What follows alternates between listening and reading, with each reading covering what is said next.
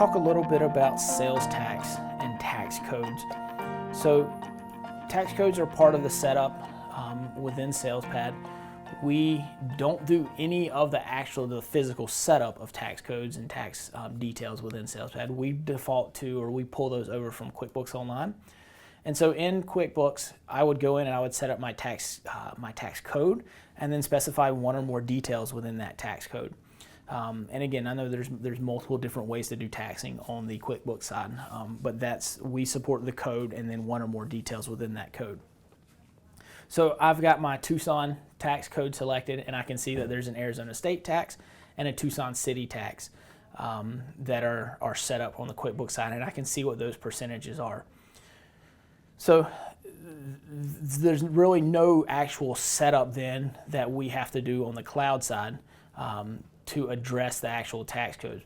What we do though is there's two pieces to calculating sales tax. And so on the customer side, so if we go back to my Cool Cars customer, tax codes are set at the customer contact level. So each customer contact, and again, the contact has the physical address, so those contacts then dictate how taxes, or where the tax, or what tax code is assigned to that address.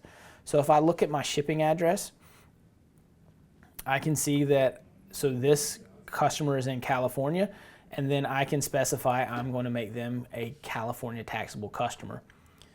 And so when I create a new sales transaction using this shipping address, and again, sales transactions are always going to be based off of their shipping address, it's going to default in the tax code specified on that customer's contact for that sales transaction. So that's what sets the tax code at the transaction level. You'll see it defaults in the California code. If I were to choose a different shipping address for this customer or key in a brand new shipping address, I would have the ability to change that tax code for that address. And again, it would only affect the taxability on this sales transaction. I could also change it at the header level if I am selling them or if they're doing something different and it's not going to California, I could clear that out and not use that tax code. So again, that sets it at the item level, but that doesn't necessarily mean that I'm going to get charged tax for every item that I sell to this customer. On the inventory item itself, we have to designate whether that's a taxable item or a non-taxable item. So there is an overlap that has to happen. So I can make sure that this item can be a taxable item. And so it's simply just a checkbox that I check on the item itself. So this is a taxable item. And so if I have that sales transaction that has a tax code specified, when I add that item onto the sales document, it's going to calculate sales tax.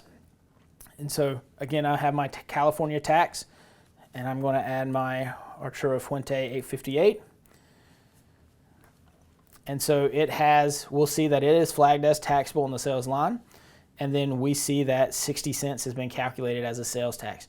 Again, I can clear this out. I could add additional items that may not be taxable, and we do have on the column level, you can add in the tax amount so that you can see exactly what was charged or what was calculated on the line by line. So 60 cents was calculated here.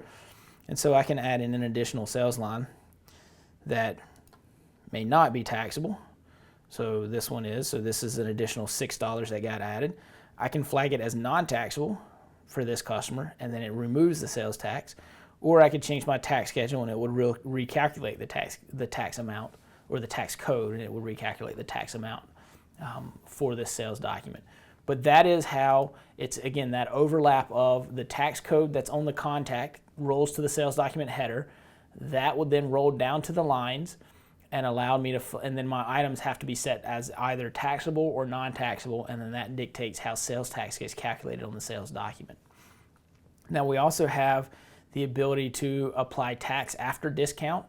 So if we were to apply a discount to a sales line, we could then flag or check this box. This primarily comes from the POS side and would be set from the POS side. We don't see this used very often, if at all, when entering transactions on the cloud side. So that's how we track, or that's what is needed for you to be able to use and calculate sales tax within SalesPad Cloud. And again, the biggest piece there is that your sales tax is calculated or is set up. Those tax codes and tax details are set up within QuickBooks Online. When used in SalesPad, when we pass over a transaction over to QuickBooks Online, it will take care of handling the journal entry for your sales tax so that you can do your sales tax reporting from within QuickBooks and not within SalesPad.